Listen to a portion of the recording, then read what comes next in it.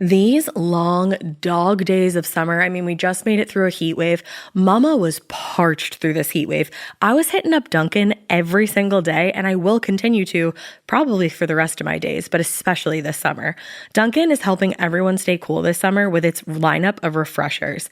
These drinks are packed with bold, fruity flavors and served ice cold. It's amazing. Dunkin' refreshers are the perfect afternoon pick-me-up. I like to start my morning with them personally, and then sometimes I go back for a second one because I'm just feeling crazy. They come in a variety of delicious flavors, including fan favorites mango pineapple and strawberry dragon fruit. And then for a limited time, there's black cherry and there's pink pineapple. I'm going to tell you something right now, and it's a bold claim, let me tell you, but I stand behind it. Pink pineapple will change your life. It is so good. It has me feeling like I'm sitting in a pool, resort side, just living, honey. It's so yummy. Try your favorite flavor with green tea, sparkling water, lemonade, or Dunkin's all-new limeade. I haven't tried the limeade yet, but I'm going to. Usually I get my drinks made with green tea and occasionally lemonade, but I do really like the green tea. Or if you don't want to build your own, try one of Dunkin's curated refreshers like the Cherry Lime Ricky or the Ultimate Pink Daydream. The Cherry Lime Ricky, scrumptious. I could drink like 3 of these a day. They're so freaking yummy. Head to Dunkin' today and find your favorite refresher. Dunkin' refreshers contain less than 1% fruit juice. Limited time offer. You know what's really terrifying? That unfinished college degree lurking in the background, just sitting there waiting for you. That's where Southern New Hampshire University comes in. With flexible online degree programs, there's no commuting, no rigid schedule, and no more excuses. Plus, they have some of the lowest online tuition rates in the U.S. Visit snhu.edu/morbid to learn more before your degree becomes just another story about what could have been. Every good detective needs a partner to support them on important cases. Think of a State Farm agent like your sidekick, there to help you along the way in your search for coverage. State Farm can help you choose the coverage you need, whether it's for your home, car, boat, or even RV. With so many options, it's nice knowing you have help finding what fits for you so you can get back to solving all of life's bigger cases. Go to statefarm.com or use the award-winning app to connect with a local agent and get a quote. Like a good neighbor, State Farm is there. Hey, weirdos. I'm Elena. I'm Ash. And this is Morbid.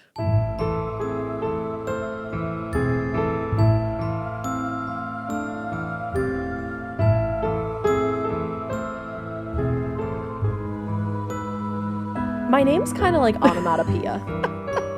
Do you know what I mean? Ash. Ash.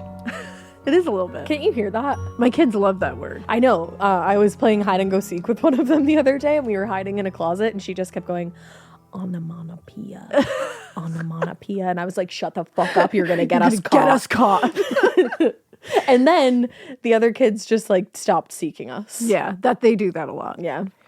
Playing hide and seek with my children is really a risk that you take. You know? Also, one of them is so good that it's like dangerous actually, because I'm like, we may never find her. Yeah, there's times when I'm like, I should put a little jingle bell, little Apple AirTag on her. I'm going cat, you're going mom. Yeah. I'm like, oh, jingle bell. A little jingle bell on her. We can also lay out a saucer of milk for her. Like, or we could just give her little bracelet with the Apple AirTag on it. Oh, also speaking of cats, thank you so much everybody for helping me with the tips about like ceramic bowls and all that for feline acne. We do all of that, and he still has feline acne. He's just got really persistent acne. And now he's on prednisone and ointment and liquids and cones. And all that stuff. It's really great. It's awesome. She showed me a clip from The Office this morning. She was explaining that she was like, you know, and now Remy needs like this ointment twice a day, and he's on this and he's on that. And I immediately thought of the part in The Office where Angela has Dwight go to like, you know, take care of her cat Sparkles. And she's like, well, he's diabetic, so you have to roll the insulin, don't shake it, and you have to put the ointment at the base of his tail. And then Dwight just like murders the cat. Yeah, that's crazy. I immediately thought about it, and I had to show her the clip because that's just who I am as a person. And honestly, that's who I am. I'm Angela.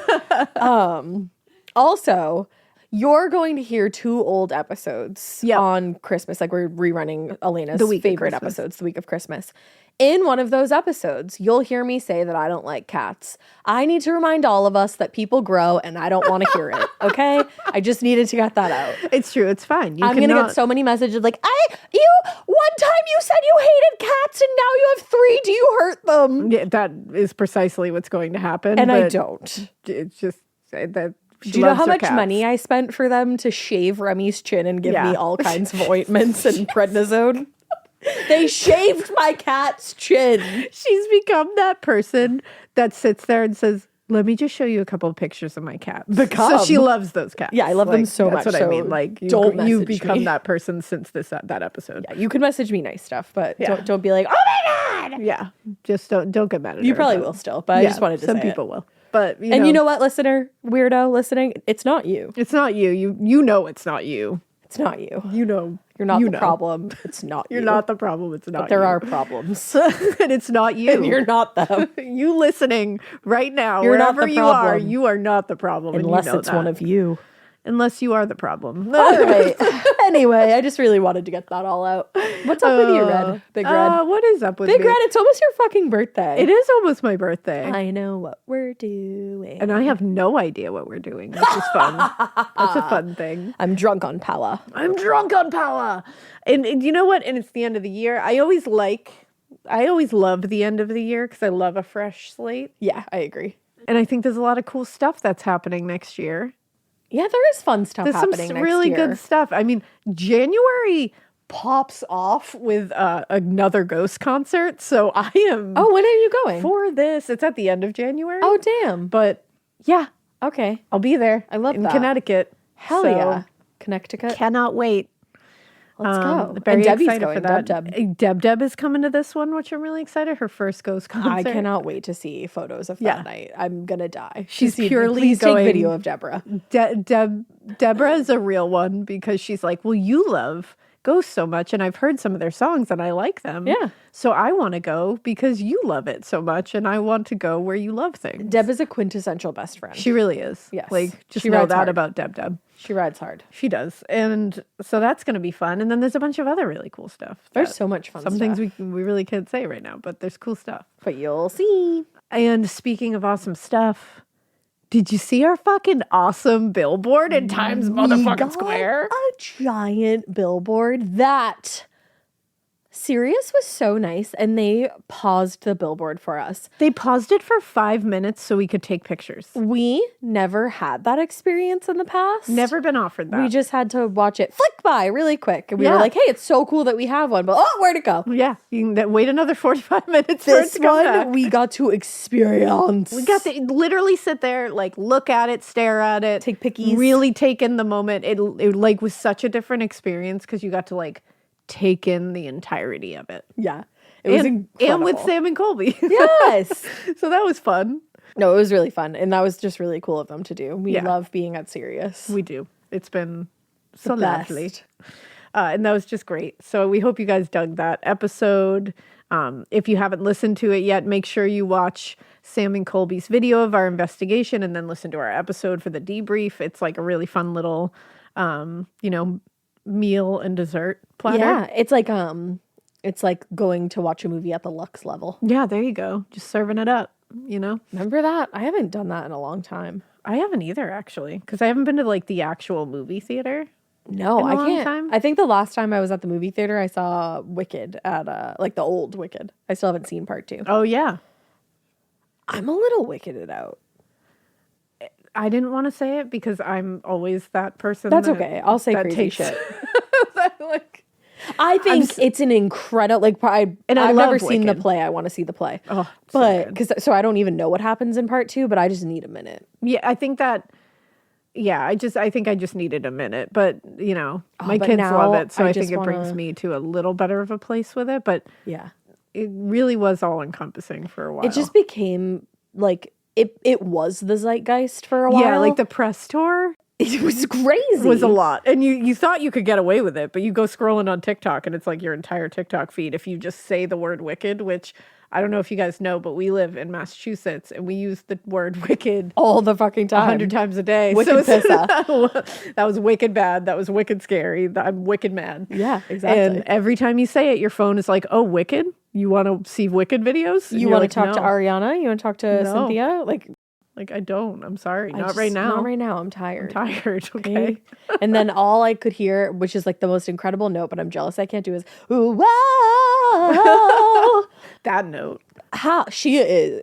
I'm not taking away from the talent because the No. talent is like unmatched. And I love it. It's just, it was just, I think it's a lot all at Same. once. Sometimes it's the marketing that can get to be too much. Sometimes Totally they agree. don't know when to stop.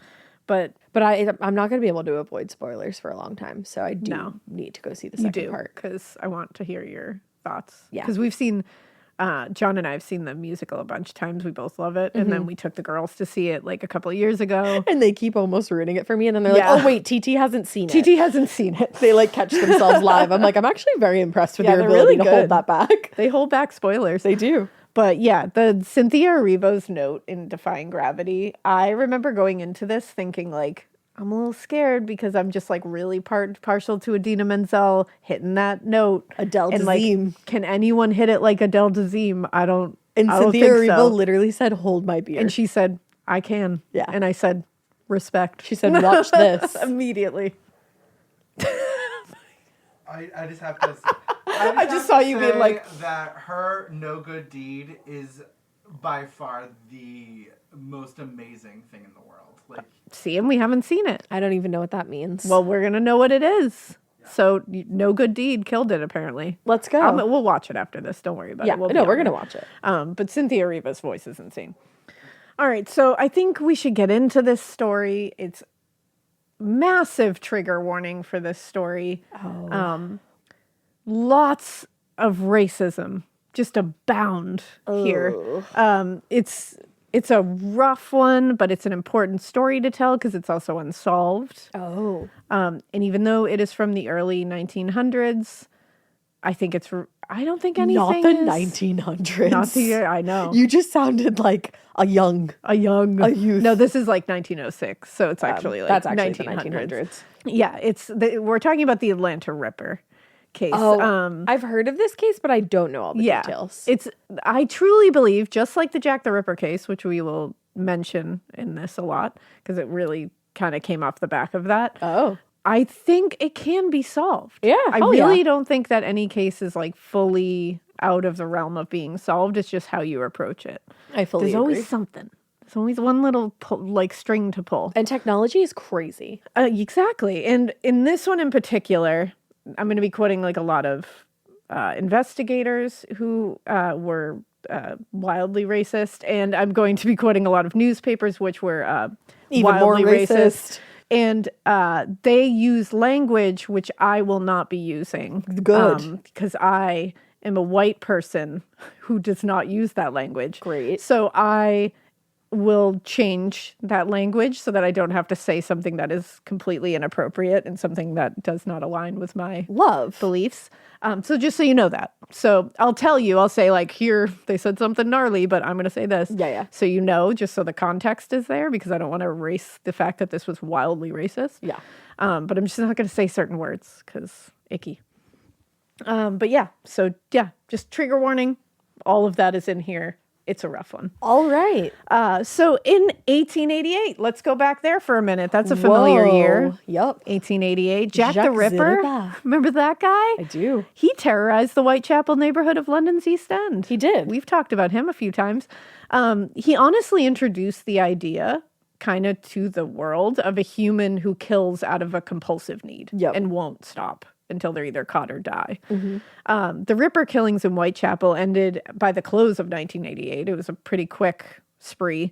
But the concept of like a Ripper killer has lived on and on. Yeah, we've covered a few. Yeah, and for more than a century has at various times been attributed to unidentified killers who commit like really brutal, gruesome murders. They tend to get the Ripper moniker. I'm thinking of the Chicago Ripper. Exactly. Like there's always those that pop up.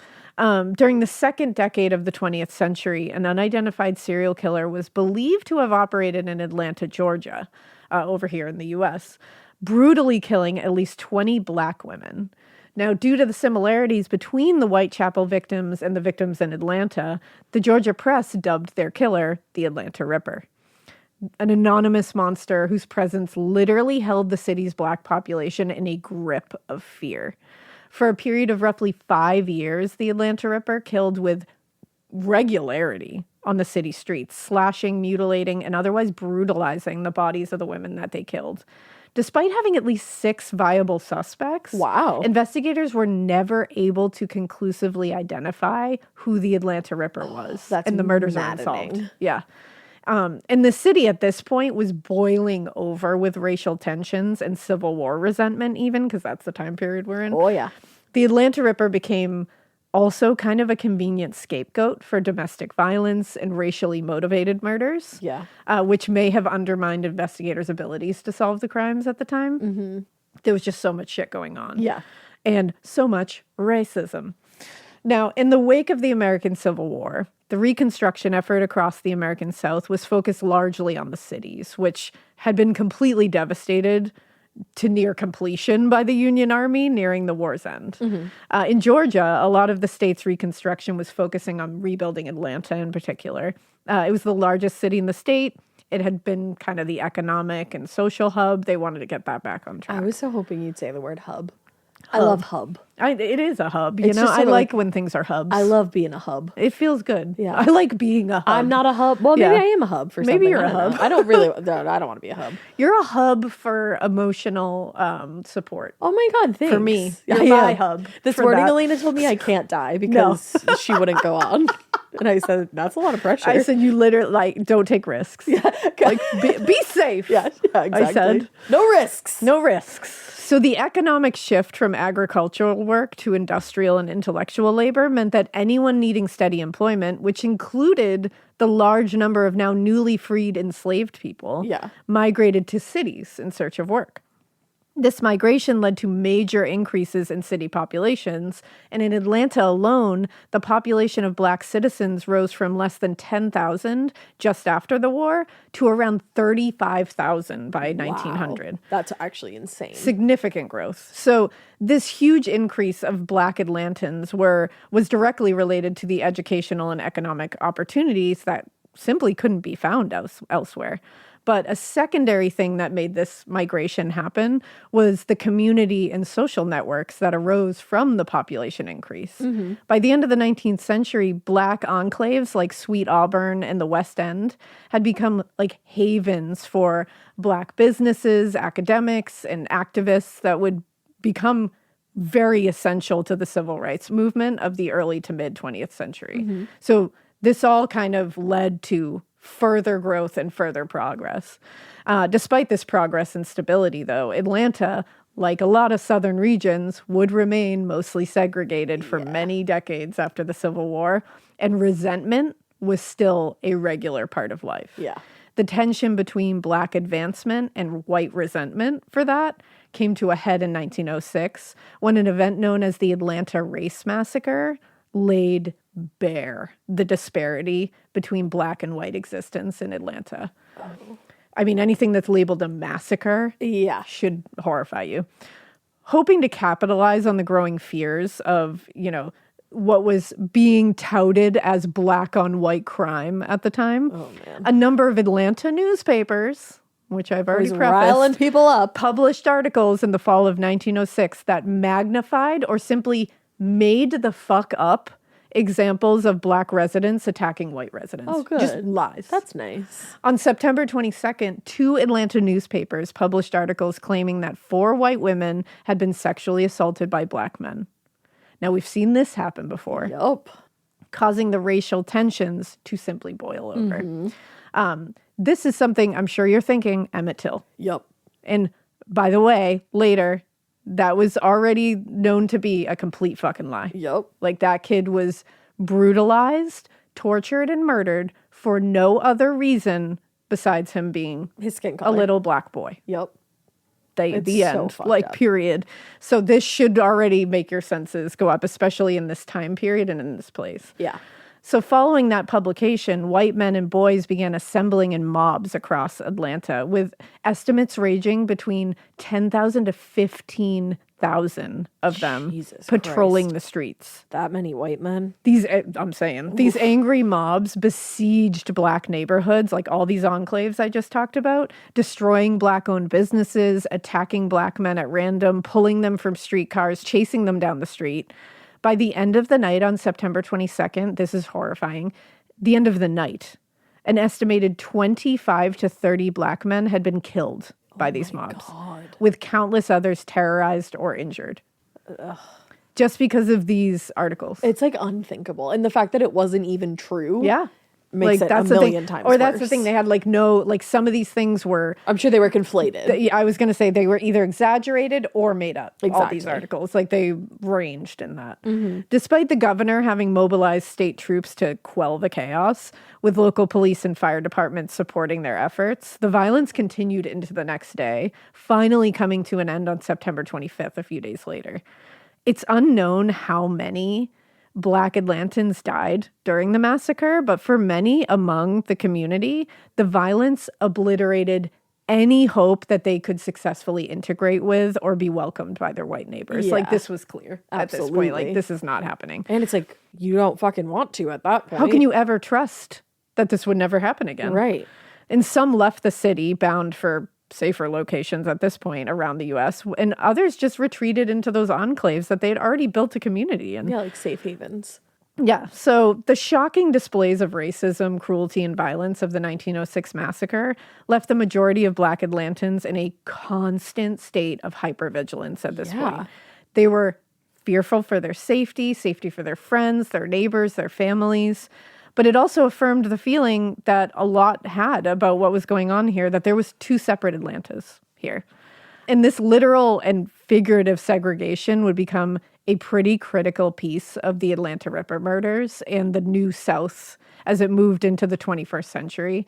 In the late 19th century, as Americans were struggling with this post-war, just racial tensions and violence and just uncertainty and resentment and shittiness.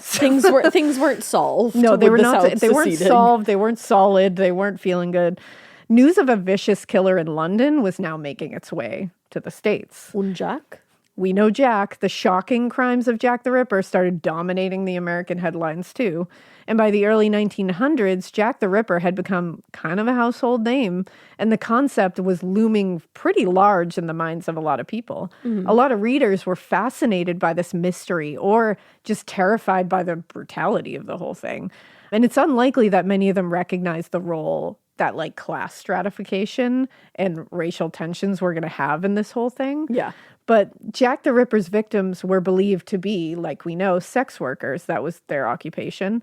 And believed to be what people called women of very low social status. Yeah, that was the big class thing. Women that I'm sure Jack the Ripper assumed would be missed by very few people. Mm-hmm. And it's a population of women who were frequently victimized and rarely saw justice out of it. And in simple terms, one of the reasons that Jack the Ripper's identity still remains a mystery to this day. It is still a fucking mystery. Don't get her started. Don't get me started. Don't send her that article that said they solved it. They did not, and she will start talking to you about mitochondrial DNA for 7 years. It's true, I will. And that's not a bad thing. No, it's not. But go back to the Tobias Forge episode when we talk about Skeleton or the Eliza one, or the Eliza Kelly one. We put it in there too. Either one of those. Go to both of them. Great but specifically episodes. The Eliza one that we just did. The Jack the Ripper stuff was fascinating. It's true. So there you go. If you want to know more about that.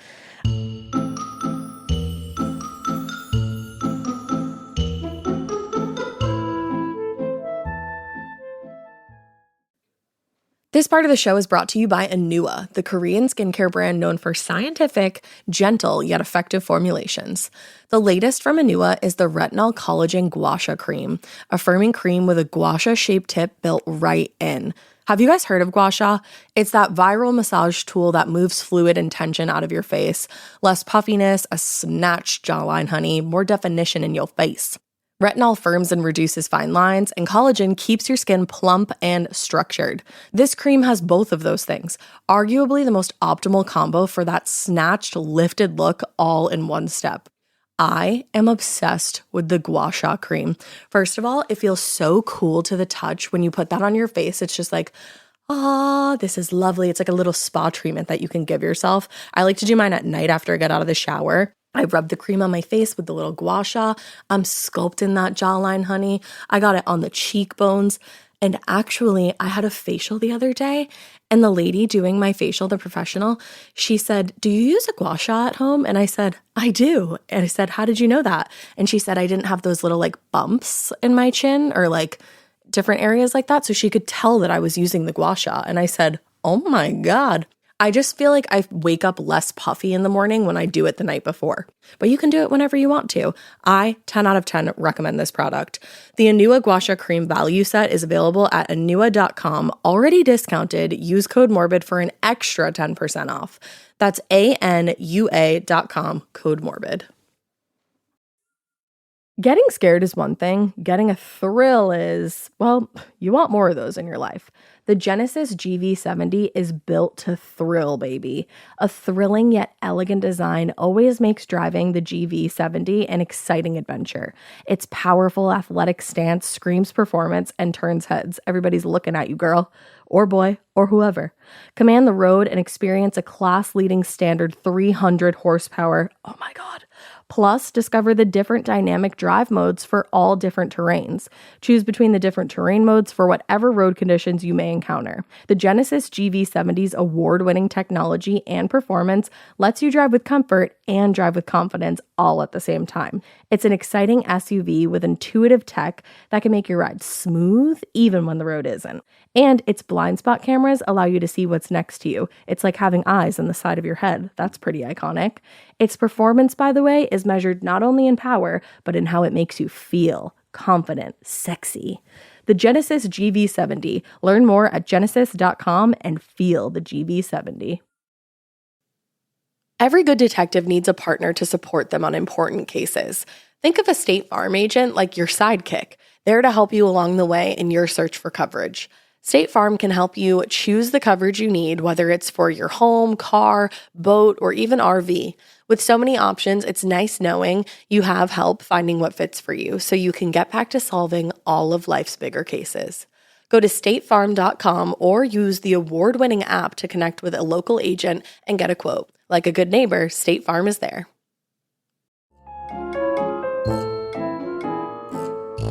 But the reason why it still remains a mystery to this day And is unsolved. is kind of similar to what Atlanta was going through. He existed in two separate Londons, one for the wealthy middle class and one for the poor and destitute. Mm-hmm.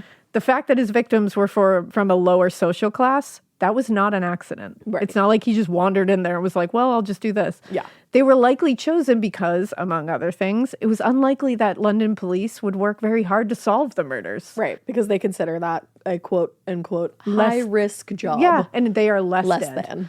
And it's a major factor in this case, the Atlanta Ripper case as well. Yeah, it sounds like it would be. Because violence against Black men and women had become such a common occurrence in Atlanta following the 1906 massacre, it's actually difficult to pinpoint exactly when these Ripper murders began. Some believe it began with the murder of 29-year-old Della Reed on April 5th, 1909. Oh, it's such a pretty name, Della. Della Reed. Isn't that like that. It's pretty. It flows, yeah. Yeah. Della's brutalized body was found in a trash pile. That's A trash pile awful. on Rankin Street.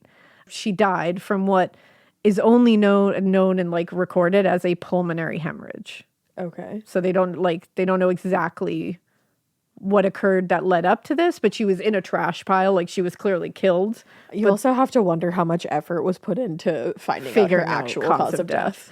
Now, a few months later in September, the body of an unidentified, still to this day, Black woman was discovered in Peachtree Creek, also murdered. By the end of the year, the murders had picked up in frequency. Bodies were being discovered at a rate of one per month at least. Wow. In the weeks and months that followed, more bodies were discovered. Estella Baldwin was discovered in March, dead from a, quote, concussion of the brain. In April, it was Georgia Brown. She was shot by an unknown assailant. The next day, it was Maddie Smith, also shot by someone unknown. The following month, the bodies of Lavinia Austin, Frances Lampkin, and Eliza Griggs were all found within days of one another. Wow. All shot to death. Oh. These are all very different causes of death, it sounds like. That's a lot of them. So all of them, or all of them except the first, Estella Baldwin and Della Reed, have at least gunshot wounds. Yeah. Della Reed, we don't know. Yeah. Because it's pulmonary hemorrhage, so I have no idea. And again, this is from 1906, like 1909, so it's records Not that are not advanced, great. yeah. And we have Estella Baldwin, who was dead from a concussion of the brain, which to me sounds like blunt force trauma. Yeah. So we have some different, and also none of these also go with the Ripper moniker. Yeah, exactly. Because usually that's when we think of Excess. a Ripper, we think of like stabbing And mutilation. You know, mutilation.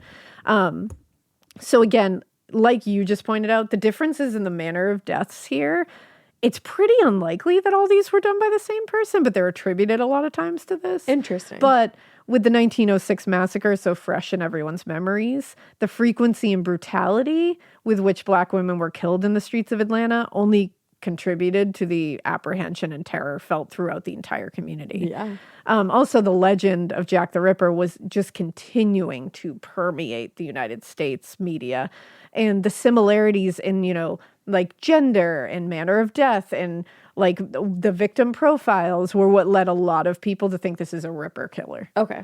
So the first murder that's like really attributed, like those first ones that I mentioned are like sometimes attributed. This one's like the one that's generally attributed to the Atlanta Ripper, is 35-year-old Rosa Trice. Her body was discovered a short distance from her home on January 26, 1911. Her body was found near the Southern Railway tracks. Her head had been beaten badly with a blunt instrument, fracturing her skull and jawbone. Oh, God. And her throat had been slashed. It severed the jugular vein. Oh, fuck. Police arrested Rosa's husband, John, for the murder, but he was released a few days later when investigators and the coroner's inquest failed to find any evidence connecting him to his wife's murder. Yeah. Now, less than a month later, on February 19th, the Ripper had killed again. This next victim was a young Black woman whose throat was cut and her skull was bashed in as well, same exact thing. The discovery of another body in the woods, having suffered the exact same wounds as the first victim, seemed evidence that this might be the start of something. Yeah. But after the second body was found, no new murders were found in March and April. So it seemed like, okay, those Everything happened just very stopped. quickly, but maybe that was just a coincidence. But on the morning of May 28th, the body of Mary Bell Walker was discovered on Garibaldi Street. Mary had left the home of her employer the evening before after a long day of work, but she never arrived home that night. The next morning, when her sister realized that she hadn't returned, she set out to look for her, but she didn't have to look far. Mary's body was discovered in an unused field just 25 yards from her home. Oh, 25 wow. yards That's not from very her home. far at all. Her throat had been cut with what the press described as, quote, a jagged edge. Oh. But there was no additional clues as to who killed her. A coroner's inquest was held the next day, but without any evidence or information about her death, nothing really came of it. That's so sad. Investigators and community members barely had time to react or even respond to Mary Bell Walker's death when the killer had struck again. On June 15th, the body of Addie Watts was discovered by the Southern Railway. Her skull was bashed in first with a brick, then with a railroad coupling pin. Oh, my God. And her throat was deeply slashed. As in many of the other cases, 2 local men were arrested for the murder, but both were let go a short time later because there was just lack of evidence connecting them to the crime. Yeah. Now, it's important to note that despite several murders that could be attributed to the same killer, the Atlanta press was, and again, at this time of high racial tensions, white-owned, white-controlled, they had yet to address the murders in any meaningful way. Wow. Despite the fact that, like, it seems like this is a serial killer. Shocking from where we sit today, but, like, sadly not shocking for the time Exactly. period. No. And in fact, while the deaths were clearly described and investigated as murders, the papers rarely gave more than a few lines to the stories, offered little or no follow-up, and in some cases, didn't even bother to find out the name of the victim. Are you fucking kidding me? Yep. These women had their their throats literally slashed open. Skulls bashed in. And you throats can't slashed. even bother to print their name No. and, like, respect. Now, while the concept of a serial killer was still not quite defined at all in the minds of most Americans, It took a long time for that to happen. thanks to Jack the Ripper, the public had come to understand that it was entirely possible for one person to be responsible for seemingly random murders. Like, Right. that was becoming a thing that people were like, oh, fuck. Yeah. But throughout late 1910 and 1911, few, if any, public figures or institutions had voiced any concern that such a thing could be happening in Atlanta's Black community, despite the fact that it clearly was. And it's like, not only are you not respecting these women who lost their lives in such a brutal manner, you're also not paying any regard for this community to like be on the lookout and be vigilant and be safe, and you know what I mean? Yeah, Like, that's the what thing. that's your responsibility. Literally, and that's all they need is some like to be informed. But They don't people care. didn't want that. Yeah, back they don't then. care. They don't want They don't want Black them people to be on the lookout. Nope, because Which they is don't want them to be safe. Horrifying. Yeah. It's a horrifying concept. Now, the failure of the press to fully acknowledge the alarming rate of murder in Atlanta is not only one of the reasons the killing spree went on for so long, but also one of the reasons why the Atlanta Ripper case is still pretty unknown to this day. Not just the killer, the case itself is pretty... It's a name that I've heard before Yeah. for sure, but I really don't know a lot No, about it it's until really sitting here today, kind of like one of those that just under the rug. which is crazy. You've only told me Yeah. a few of the killings so Yeah. far, and it's like, And it's so wild. awful. But just one day after Addie Watts's murder, the Atlanta Journal finally wrote about the alarming trend and the potential for having a serial killer, they didn't call it that, in their midst. The Journal article states, on account of the number of recent murders of, they say something different, Black women, quote, police advance the theory that Atlanta has an insane criminal, something on the order of the famed Jack the Ripper. Not the famed. The famed Hello? Jack the Ripper. Have you ever heard of the term infamous? Yeah. Notorious? Like, what? Like famed? That gives him like Yikes. spotlight. Despite this, other newspapers, however, remained less thorough in their coverage. According to Jeffrey Wells, the journal's main competition, the Atlanta Constitution, quote, still reported the death of Watts as it had the other murders, as isolated incidents with no connection and certainly no mention of a serial killer. It's like weird that we mentioned the exact same thing last Yeah. week and the week before that and the week before that. Yeah, and it's the same manner of death. So the noticeable discrepancy between how the papers covered the murders continued a few weeks later when the body of Lizzie Watkins was discovered in the brush at the corner of White and Lawson Streets on June 27th. She was killed the same exact way as the other victims. According to Wells, the Atlanta Journal, quote, gave front page attention to the city's newest arch criminal, going so far as to begin examining the similarities between the murders. The Atlanta Constitution, on the other hand, continued their trend of sparse coverage. And he said only this time it managed to add its own spin, citing that it was certain the death was the result of alcohol or drugs. Her throat was I'm sorry, slashed what? open? Yeah. And What? is this so all of them? Oh, okay. Okay. For sure. While many among the press and police had speculated that the murders were committed by a killer similar to Jack the Ripper, there had yet to be any evidence or witness that could tie the cases together, Right. which is hard. This changed on July 2nd when the Ripper struck again, but left an eyewitness. Oh, fuck. On the evening of the 2nd, 40-year-old Lena Sharp and her 20-year-old daughter, Emma Lou. Shut the fuck up. Emma I love Lou. a double name like that. It's so cute, That's Emma Lou. really cute. They left their home for the market to do some shopping together. As they made their way back home, a man stepped out from the bushes on Seaboard Avenue, not far from the Sharp house. The man greeted the two women, and before they could respond, he raised a brick high above his head and brought it down hard on Lena's skull, dropping her to the ground. And she's with her daughter. Yep. Emma Lou attempted to run, making it only a few steps before she was grabbed from behind, and he said, "Don't be afraid, I never hurt girls like you," Oh. before driving a knife deeply into her back and slashing at her wildly. What the fuck? Yeah, Emma Lou? Emma Lou. Oh. As Emma Lou slumped to the ground, bleeding profusely now from these wounds, she watched helplessly as this man went back to her mother, who was laying unconscious on the ground a few feet away, and started slashing at her before finally slashing the knife across her throat from one side to the other several times. Oh my God. The man then went back to Emma Lou, intending to kill her as well, but then heard the sound of running footsteps, and he hovered over her for several seconds and then ran off into the darkness, and people came to Emmylou's rescue. That is the scariest shit I've ever fucking heard. And for him to say, "Don't be afraid, I never hurt girls like you," and before stabbing and slashing her. Like, what? What the fuck? That isn't... I don't even know. Now, Emmylou Sharp suffered very serious injuries and required multiple surgeries, but she was still able to give police a description of her attacker. Wow. According to Emmylou, the killer was a, quote, well-dressed black man who she described as a, quote, giant, well over 6 feet in height. Wow. With tremendous breadth of shoulders and exceptionally strong and sinewy arms.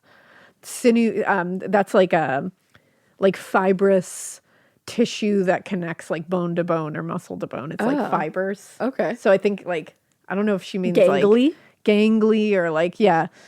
So an article in the Atlanta Journal noted, while the ordinary, and I won't say that, murder attracts little attention, the police department was upon the alert last night, doubtfully expecting a repetition of the long series of crimes which have baffled every effort of the detectives. Okay. Now, These newspaper headlines are insane. they're wild. Like, Yeah. while the regular murder of Yeah. a black person isn't cause for alarm. Yeah. Oh, all right. Yeah.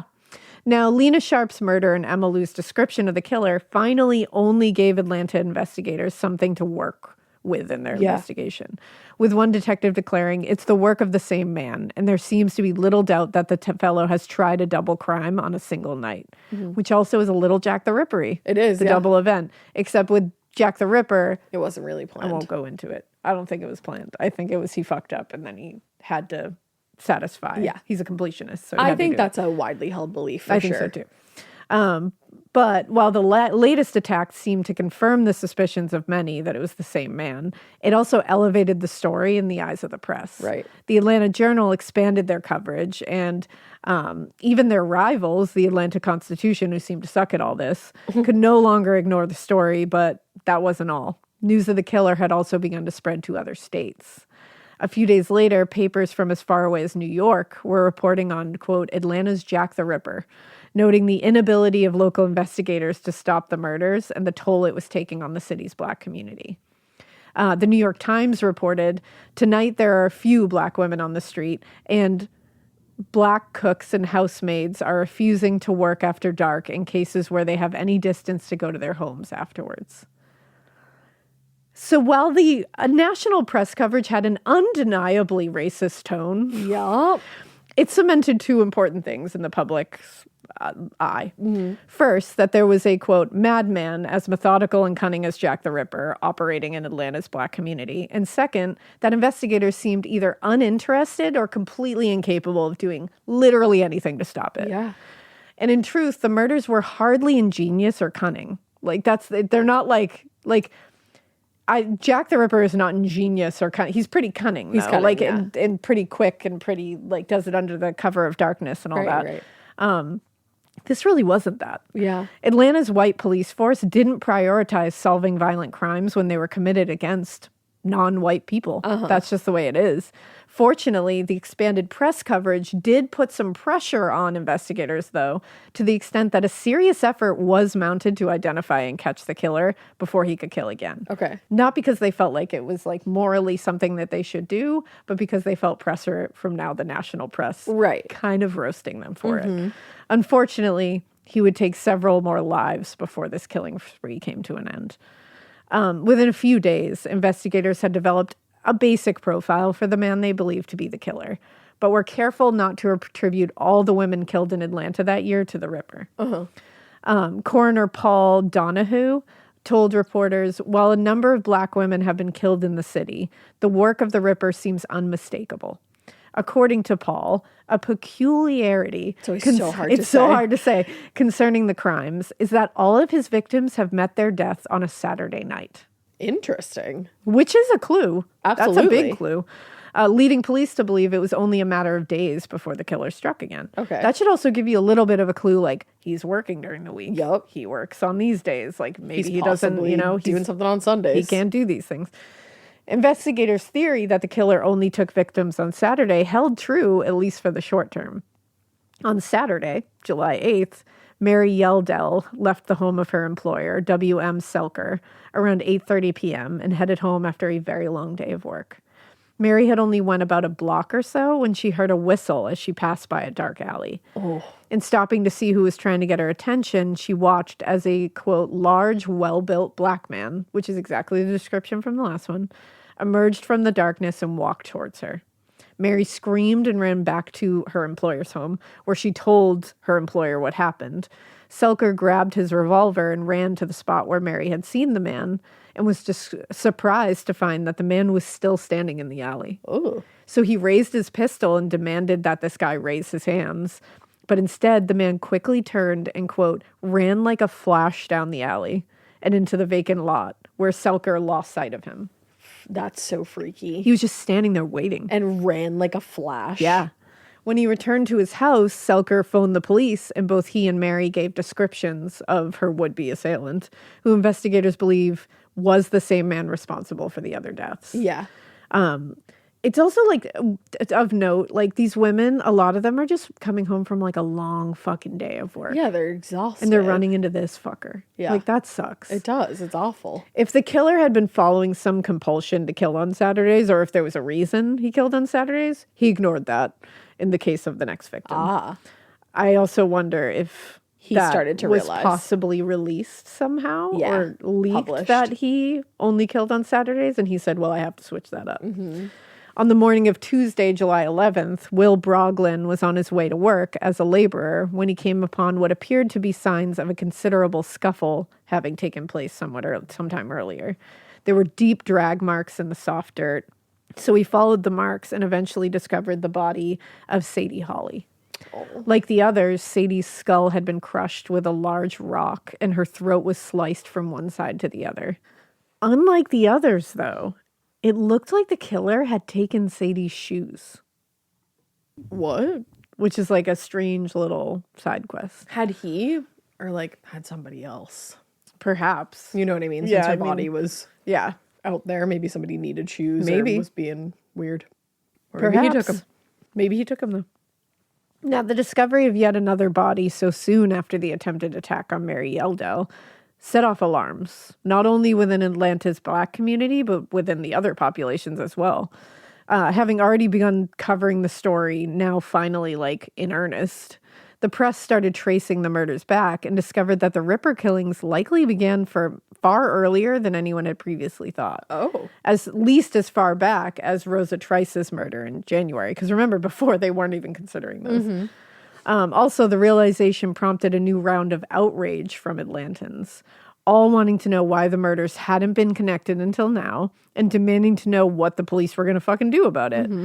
One reporter wrote, "The police department has nothing to say in explanation of its inability thus far to cope with the situation." Yikes. In the meantime, the black community are holding mass meetings and are appealing to the governor, the mayor, and the law-loving citizens to help them in capturing the guilty party. So they're doing the work, Of course. basically.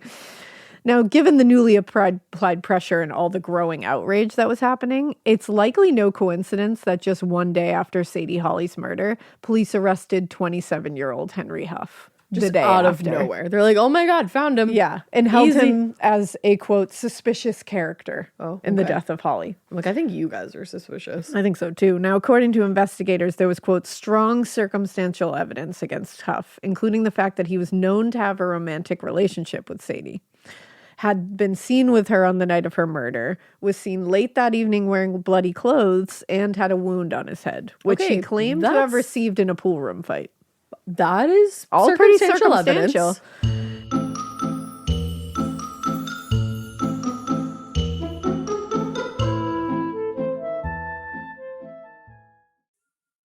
Getting scared is one thing. Getting a thrill is, well, you want more of those in your life. The Genesis GV70 is built to thrill, baby. A thrilling yet elegant design always makes driving the GV70 an exciting adventure. Its powerful athletic stance screams performance and turns heads. Everybody's looking at you, girl, or boy, or whoever. Command the road and experience a class-leading standard 300 horsepower. Oh my God. Plus, discover the different dynamic drive modes for all different terrains. Choose between the different terrain modes for whatever road conditions you may encounter. The Genesis GV70's award-winning technology and performance lets you drive with comfort and drive with confidence all at the same time. It's an exciting SUV with intuitive tech that can make your ride smooth even when the road isn't. And its blind spot cameras allow you to see what's next to you. It's like having eyes on the side of your head. That's pretty iconic. Its performance, by the way, is measured not only in power, but in how it makes you feel confident, sexy. The Genesis GV70. Learn more at genesis.com and feel the GV70. Need a boost? Sometimes all it takes is tapping into your inner cool. Icebreaker's gum helps you unleash the confidence within. Each chew releases a rush of icy flavor powered by cooling flavor crystals, sending a wave of refreshment to reinvigorate all your senses. Icebreaker's convenient pack fits everywhere, from car cup holders to backpack pockets, so you can find your cool wherever you go. Grab Icebreaker's gum online or at a store near you. This episode is brought to you by SoFi, the all-in-one finance app where you can bank, borrow, and invest all in one place. Let's talk about bank accounts for a second. The average bank savings rate is 0.39% in interest. You're earning pennies on your savings, and it doesn't have to be that way. But with SoFi's high-yield checkings and savings, the money barely making moves sitting in your savings account can earn over 8 times the national average savings rate with eligible direct deposit. No account or overdraft fees. We love transparency. You can get your paycheck up to 2 days early, plus get up to a $300 welcome bonus when you sign up with eligible direct deposit. Sign up for SoFi checking and savings at SoFi.com/morbid. SoFi checking and savings is offered through SoFi Bank, N.A., member FDIC. Terms apply. Now, despite their certainty that Huff was Sadie's killer, just one day later, police arrested Todd Henderson on suspicion of being the Atlanta Ripper. Okay. Like Huff, Todd Henderson was also black and vaguely fit the description of the killer, as given by Emma Luce Sharp. And investigators claim to have, quote, strong circumstantial evidence connecting him to the crimes. Okay. In his statement to the press, Sergeant Lanford told reporters, while he believes Henderson to be the Ripper and guilty of several murders, if not all of the crimes attributed to the fiend, he nonetheless found the evidence against Huff so compelling that he, quote, thought best to have him before the jury as well. So, like, just pick. So in simple terms, in their rush to show that, like, hey, nope, we got it. We got it. Mm-hmm. We know who it is. We've been working on this. We are not incapable. We are not caring about this. Like, here we go. We got it. Progress. In the rush to do that, Atlanta's police arrested 2 men who vaguely matched the description of the killer and held them both for the same crimes, determining it was best to just shove them in front of a jury and be like, you guys decide who did it. A or B. Which is like, that's literally your job. Yeah. That's literally your job. Yeah, you can't put that on the jury. So for a time, the residents of Atlanta breathed easy, believing that the Ripper's killing spree had come to an end. Maybe simple. One of these guys did it. Too simple. In fact, following Sadie's murder in July, there was a 6-week stretch of times that there was no murders. That's actually a pretty long time. Which did lead many to believe that whether it was Huff or Henderson, the real killer had been caught. Mm-hmm. One of them was it.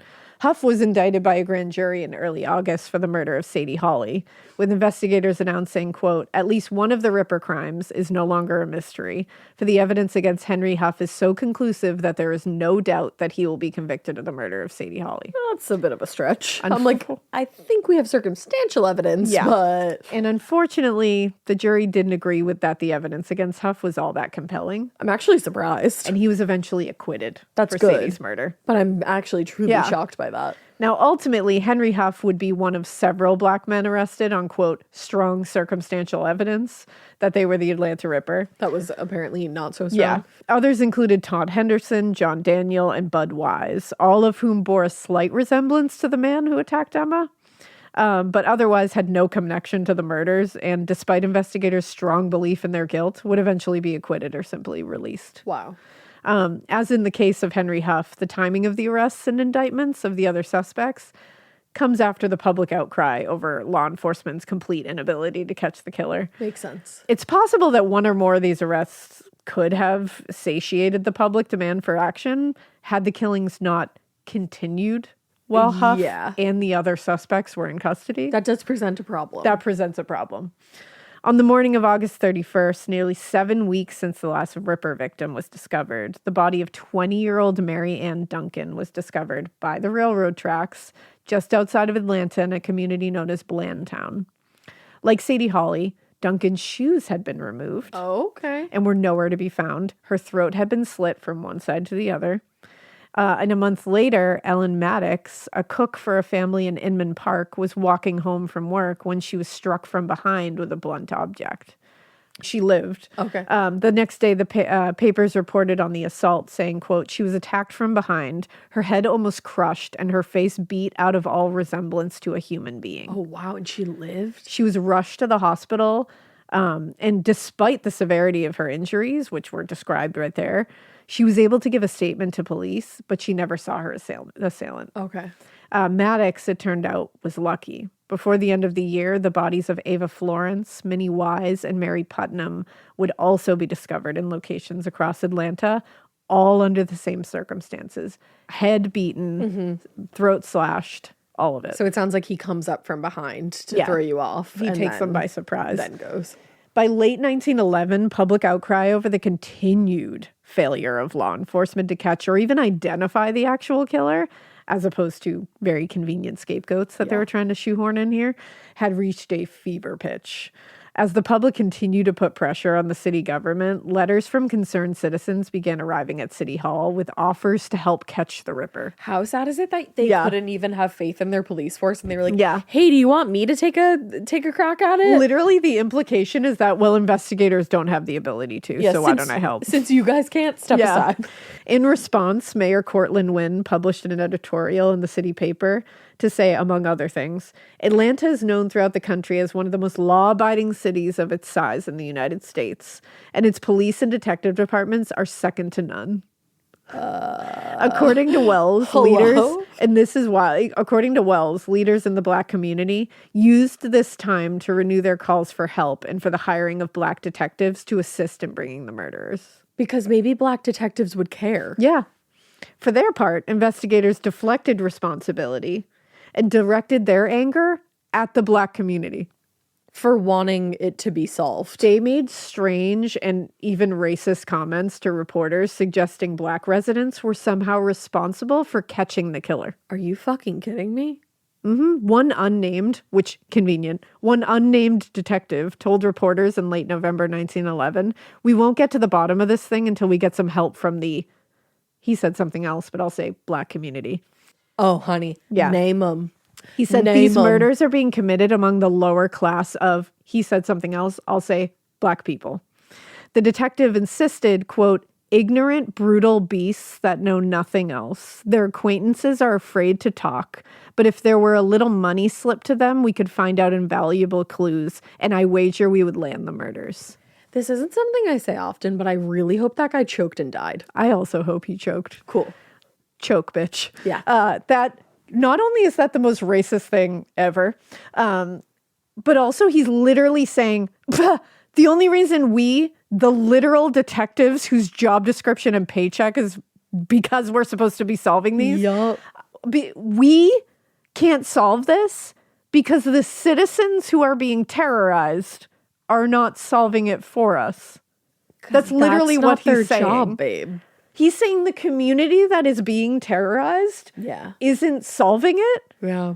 So we can't solve it. Well, you know and how that that's goes. on them. Yeah, when white people are killed, we're also expected to solve the murders. Yeah, of course. Yeah, of course. That goes what? Same way. Hello? No. Like what?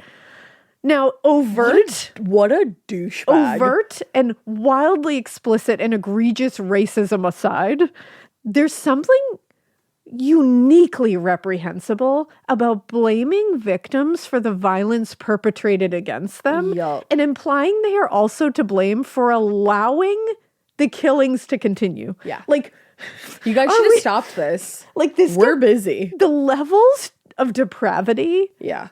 on the investigation side of this, and also on like murder side and investigation side. The levels of depravity are no bounds. It just makes me wonder, like, how people can be so gross. Yeah. And suck so much. Like, I'm like, How are you do such a not- hateful bitch? That's it. How are you so hateful, and how do you not realize how much you suck? Now, not surprisingly, the implication was entirely untrue.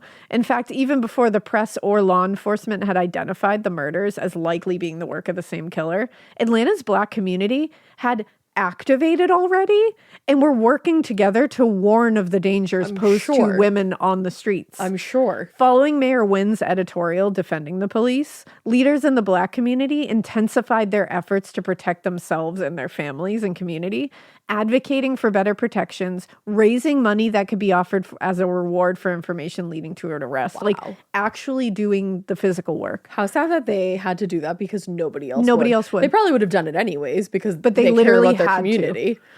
One announcement read, "Stay indoors and your lives will be saved. For venturing out at night, moans only to invite this monster's ravages." But how sad is that though? Because so many people Yeah. had to work into the night and then go home. And So they were you saying, have- like, you you can't have stay at to- work. Yeah, People have you have kids to and live. families and Now, by everything. January 1912, the Atlanta press was reporting that at least 15 women had been killed by the Ripper. Wow. Yet investigators were no closer to catching this person than they were 1 year earlier when Rosa Trice's body was discovered. Worse yet, the murders continued almost as though they were on schedule. Really? In January, the body of Pearl Williams was discovered in a field adjacent to Chestnut and West Fair Streets, just a few blocks from her home. That seems to be another thing. And what the Atlanta Constitution said was dead from a ghastly wound in her throat. Police arrested a man named Frank Harvey for the murder based on his having known the victim, having been discovered wearing clothes with blood on them, and as having a, quote, sharp potato knife on him when he was arrested. It's unclear what became of him because he doesn't appear to have been convicted of Williams' death, and nothing really came out of it. Disappears. Yeah. Everywhere. It's very strange that so many people were walking home with blood on their clothes. Yeah, that is a little weird. I do hate that. That is a little weird.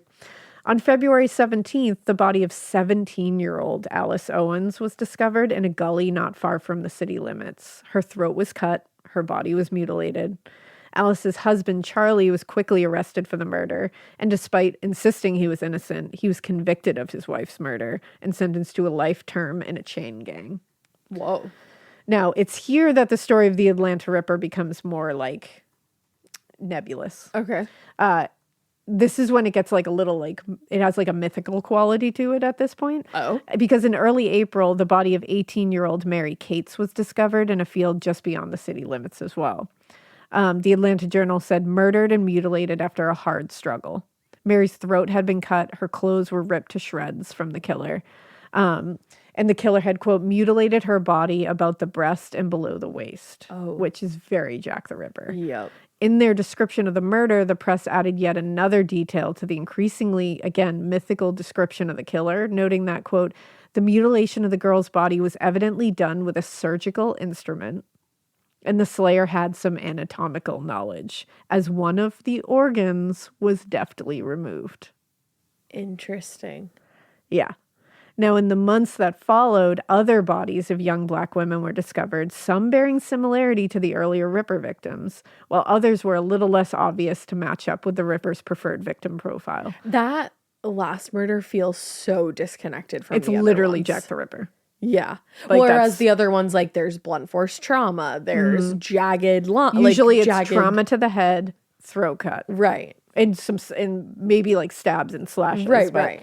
Yeah. But not like surgical level cuts. Yeah. Very strange. That's weird. That's why it takes on a little bit of, you're like, That's not the same person. is that like what? And also, as time passed, other bodies were discovered outside of Atlanta that bore the hallmarks of the Ripper, and many that didn't. Okay. Like, after a bit of time, the press began ascribing the Ripper moniker to unsolved murders of young Black women outside of Atlanta, regardless of whether there was any evidence or any kind of like similarities to the early Ripper ones. Like, it Okay. just kind of all got thrown into one pot. Yeah. You know, just liberally ascribing blame to an increasingly mythical and kind of legendary killer at this point became a problem for investigators when they did make an arrest in one of the cases in the summer of 1912. In August, police arrested Lawton Brown for the murder of Eva Florence, one of the victims that was assigned to the Ripper in late 1911. The arrest was based largely on his having known the victim and his wife's statement that he'd been out on the night of the murder. Okay. And she discovered him burning some of his clothes the next morning. That's suspicious. Pretty suspicious. After a lengthy interrogation, Brown confessed to the murder of Florence. According to Brown, he knew Florence had $3.50 and that he killed her for the money. Okay. While it's entirely plausible that Brown did kill Florence for the money that he believed she possessed, the more he spoke to investigators, the more questionable his confession probably should have become. In addition to confessing to Florence's murder, he claimed to have witnessed the murders of several other Ripper victims, not as the killer or a participant, but as a spectator who was, quote, merely passing by and chanced to see the crimes. What? What? How would you even know that they were happening? With each day that passed, he offered new information about his knowledge of the Ripper murders, but rather than becoming increasingly skeptical of the veracity of these claims, which they should have been, investigators, who were very eager to close this case, interpreted his statements as further evidence of his guilt.